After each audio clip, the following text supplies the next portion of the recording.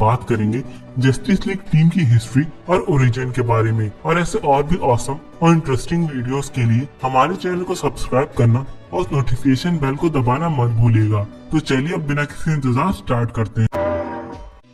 Justice League को justice society of America के new और अपडेटेड वर्जन के रूप में क्रिएट किया गया था। और अगर हम पहले जस्टिस सोसाइटी ऑफ अमेरिका की बात करें तो जस्टिस सोसाइटी ऑफ अमेरिका को क्रिएट किया था राइटर गार्डनर फॉक्स और एडिटर शेल्डन मेयर्स ने। और इस टीम को सबसे पहले इंट्रोड्यूस किया गया था 1940 की ऑल स्टार कॉमिक्स इशू 3 में। और इसके मेन मेंबर्स थे Doctor Fate, R Man, the Spectre, the Sandman, the Atom, the Flash, Green Lantern और हॉकमैन, जिन्हें बाद में ऑल स्टार कॉमिक्स इशू 5 में ज्वाइन किया बैटमैन और सुपरमैन ने। फिर वर्ल्ड वॉर 2 के खत्म होने के बाद जब डीसी कॉमिक्स का फॉर्मेशन हुआ तो डीसी कॉमिक्स ने गार्डनर फॉक्स को जस्टिस सोसाइटी ऑफ अमेरिका के बेसिस पे एक नई टीम का फॉर्मेशन करने को कहा। और फिर मार्च 1960 की the bold and the brave issue 28 में जस्टिस लीग ऑफ अमेरिका या इन शॉर्ट जस्टिस लीग को इंट्रोड्यूस किया गया। और इसके 7 ओरिजिनल मेंबर्स में शामिल थे Superman, Aquaman, Flash, Green Lantern, Martian Manhunter, Batman और वंडर वुमन। और फिर आने वाले ईयर्स में कई सारे नए मेंबर्स जस्टिस लीग में शामिल हुए, जैसे Cyborg, Atom, Black Canary, Green Arrow, Hawkgirl, Hawkman, Plastic Man, Stargirl, Shazam, Zatanna etcetera. तो अब इंट्रोडक्शन और हिस्ट्री के बाद हम बात करते हैं जस्टिस लीग की ओरिजिन के बारे में। और क्योंकि इतने सालों में जस्टिस लीग की कई अलग अलग ओरिजिन स्टोरीज रही हैं, तो हम चूज करेंगे सबसे लेटेस्ट और लाइव एक्शन मूवी से ज्यादा क्लोज डीसी न्यू 52 इशू 1 और डीसी रीबर्थ की ओरिजिन स्टोरी को। और साथ ही स्पॉइलर वार्निंग, और जस्टिस लीग की लाइव एक्शन मूवी के लिए नहीं बल्कि justice league the new frontier animated movie के लिए, जो कि मेरे हिसाब से ज्यादा बेटर है लाइव एक्शन मूवी से। तो चलिए अब स्टार्ट करते हैं। स्टोरी के स्टार्टिंग में हमें बैटमैन एक पैराडीमन को चेस करते हुए दिखाई देता है, मगर तभी वहाँ ग्रीन लैंटर्न आ जाता है और पैराडीमन को एक फायर ट्रक के कॉन्स्ट्रक्ट से हिट करता है और पैराडीमन दूर जाके गिरता है। और साथ ही ग्रीन लैंटर्न बैटमैन को देख के बोलता है कि मुझे विश्वास नहीं होता कि तुम रियल हो। और बैटमैन उससे गुस्से में बोलता है कि अपनी ये लाइट बंद करो, नहीं तो वो हमें देख लेंगी। मगर ग्रीन लैंटर्न की कुछ करने से पहले ही जीसीपीडी यानी गॉथम सिटी पुलिस डिपार्टमेंट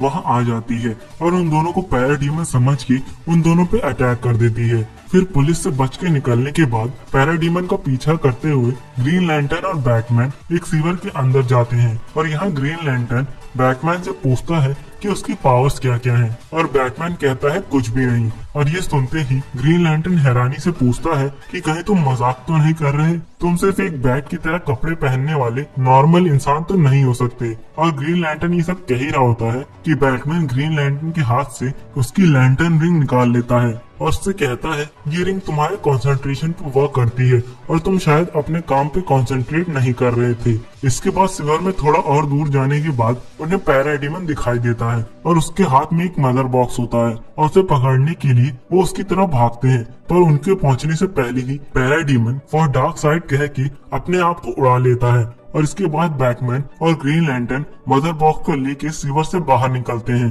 और ग्रीन लैंटर्न बैटमैन से कहता है कि हमें ये बॉक्स लेके सुपरमैन के पास चलना चाहिए, क्योंकि सुपरमैन भी एक एलियन है और लैंटर्न रिंग के हिसाब से ये बॉक्स भी एलियन ही है। तो हो सकता है सुपरमैन को इसके बारे में कुछ पता हो। और ना चाहते हुए भी बैटमैन ग्रीन लैंटर्न की बात मान के उसके साथ मेट्रोपोलिस पहुंचता है। मगर उन्हें देख के सुपरमैन जरा भी खुश नहीं होता और उसे लगता है कि वो दोनों भी पैराडीमन्स के साथ हैं और उन्हें एनिमी समझ के सुपरमैन उन पे अटैक करने लगता है। और फिर बैटमैन, ग्रीन लैंटर्न और सुपरमैन के बीच फाइट शुरू हो जाती है। और जब ग्रीन लैंटर्न और बैटमैन सुपरमैन को नहीं रोक पाते तो ग्रीन लैंटर्न किसी को कॉल करता है और कहता है कि भाई यहाँ थोड़ी हेल्प चाहिए, लगता है ये हमें आज मार ही डालेगा। और कुछ ही सेकेंड्स में फ्लैश वहाँ पहुँच जाता है और सुपरमैन को हाई स्पीड में पंच मारता है और सुपरमैन दूर जाके गिरता है। और इसके बाद सुपरमैन गुस्से में फ्लैश को पकड़ने की कोशिश करता है पर पकड़ नहीं पाता, मगर सुपरमैन तो सुपरमैन है। और फाइनली वो फ्लैश को सिर्फ अपनी उंगली की एक फ्लिक से उड़ा देता है। और ये देख के बैटमैन सुपरमैन के सामने आ जाता है और उससे कहता है कि बस बहुत हो गया, हम यहाँ तुमसे लड़ने नहीं आए और ना ही हम उन पैराडीमन मॉन्स्टर्स के साथ हैं। और तुम्हारी तरह हम पे भी उन्होंने अटैक किया था और इन मॉन्स्टर्स से हमें एक चीज मिली है जो कि एलियन लगती है और इसी के बारे में हम तुमसे पूछने आए थे। इसके बाद सुपरमैन बैटमैन की बात मान के शांत हो जाता है और उनके साथ काम करने के लिए तैयार हो जाता है। वहीं दूसरी तरफ स्टार लैब में हम विक्टर स्टोन को देखते हैं जो कि अपने डैड से मिलने वहां पहुंचा होता है और स्टार लैब में भी एक मदर बॉक्स होता है जिसपे साइंटिस्ट एक्सपेरिमेंट कर रहे होते हैं और तभी दोनों मदर बॉक्सेस एक्टिवेट हो जाते हैं और इससे दो पोर्टल्स खुलते हैं और उनमें से पैराडाइमस की आर्मी बाहर आने लगती है और सब पे अटैक करने लगती है और साथ ही पोर्टल के खुलने से हुए एक्सप्लोजन में विक्टर स्टोन फंस जाता है और बुरी तरह से इंजर्ड हो जाता है और उसकी हालत को देख के उसके डैड उसे उठा के एक मशीन में रखते हैं और उससे कहते हैं कि मैं तुम्हें इतनी आसानी से मरने नहीं दूंगा। मगर एक्सप्लोजन में फंसने की वजह से मदर बॉक्स की एनर्जी विक्टर की बॉडी से रेडिएट होने लगती है और स्टार लैब में रखी हुई सारी टेक्नोलॉजी को विक्टर की बॉडी एब्जॉर्ब करने लगती है। वहीं दूसरी तरफ वॉशिंगटन डीसी में हम पहली बार वंडर वुमन को देखते हैं जो कि स्टीव ट्रेवर के साथ अमेजोनियन एम्बेसडर बन के अमेरिकन प्रेसिडेंट से मिलने आई होती है और उनपे भी पैराडाइमस अटैक कर देते हैं और वंडर वुमन उन्हें एक एक करके डिस्ट्रॉय करने लगती है और फिर उनके सोर्स को ढूंढते हुए मेट्रोपोलिस पहुंचती है जहां बाकी सुपर हीरोज भी उनसे लड़ रहे होते हैं। उधर साइड टेक को अब्सॉर्ब करने के बाद विक्टर को एपोकलिप्स और डार्क साइड का विजन दिखाई देता है और तभी ओशियन के अंदर से एक पोर्टल खुलता है और एक बड़ी सी शिप बाहर निकलती है और उसी के साथ पैराडाइमन से लड़ता हुआ बाहर आता है एक्वामैन। इधर विक्टर अपनी नई बॉडी को समझने की कोशिश कर रहा होता है कि तभी पैराडाइमस स्टार लैब पे अटैक कर देते हैं और विक्टर की बॉडी अपने आप मॉडिफाई होके सभी पैराडाइमस को डिस्ट्रॉय कर देती है और फिर विक्टर स्टार लैब से भाग जाता है। वहीं दूसरी तरफ हम सुपर हीरोज को मेट्रोपोलिस में एक्वामैन से बात करते हुए देखते हैं और सभी साथ मिलकर पैराडाइमन से लड़ने का डिसाइड करते हैं पर कोई ये डिसाइड नहीं कर पाता कि टीम का लीडर कौन होगा और ये सब चल ही रहा होता है। तभी विक्टर यानी साइबॉर्ग उनके सामने आके गिरता है और उनसे कहता है कि ये पैराडाइमस तो कुछ भी नहीं है क्योंकि वो आ रहा है और तभी विलन वाली लैंडिंग के साथ वहाँ डार्क साइड आ जाता है और अपनी ओमेगा बीम से फ्लैश और सुपरमैन पे अटैक कर देता है और ओमेगा बीम दोनों का पीछा करने लगती है। फ्लैश पैराडाइमस के अंदर से फेस करता हुआ बाहर निकल जाता है और बीम पैराडाइमस से टकरा जाती है और वो किसी तरह बच जाता है मगर सुपरमैन को दूसरी ओमेगा बीम लग जाती है और वो बेहोश हो जाता है और फिर एक पैराडाइमन उसे उठा के पोर्टल के अंदर एपोकलिप्स लेके चला जाता है और ये देखकर ग्रीन लैंटर्न गुस्से में अकेले ही डार्क साइड पे अटैक कर देता है पर ग्रीन लैंटर्न कुछ नहीं कर पाता और डार्क साइड उसका एक हाथ तोड़ देता है और उसे दूर फेंक देता है। ये देखकर बैटमैन ग्रीन लैंटर्न के पास पहुंचता है और अपना मास्क उतारते हुए उससे कहता है कि मैं ब्रूस वेन हूँ और ये लड़ाई किसी एक की नहीं है और मैं चाहता हूँ कि तुम मेरे ऊपर भरोसा रखो और साथ ही बाकी सभी को इकट्ठा करके पैराडाइमस से लोगों को बचाओ और तब तक मैं सुपरमैन को ढूंढता हूँ।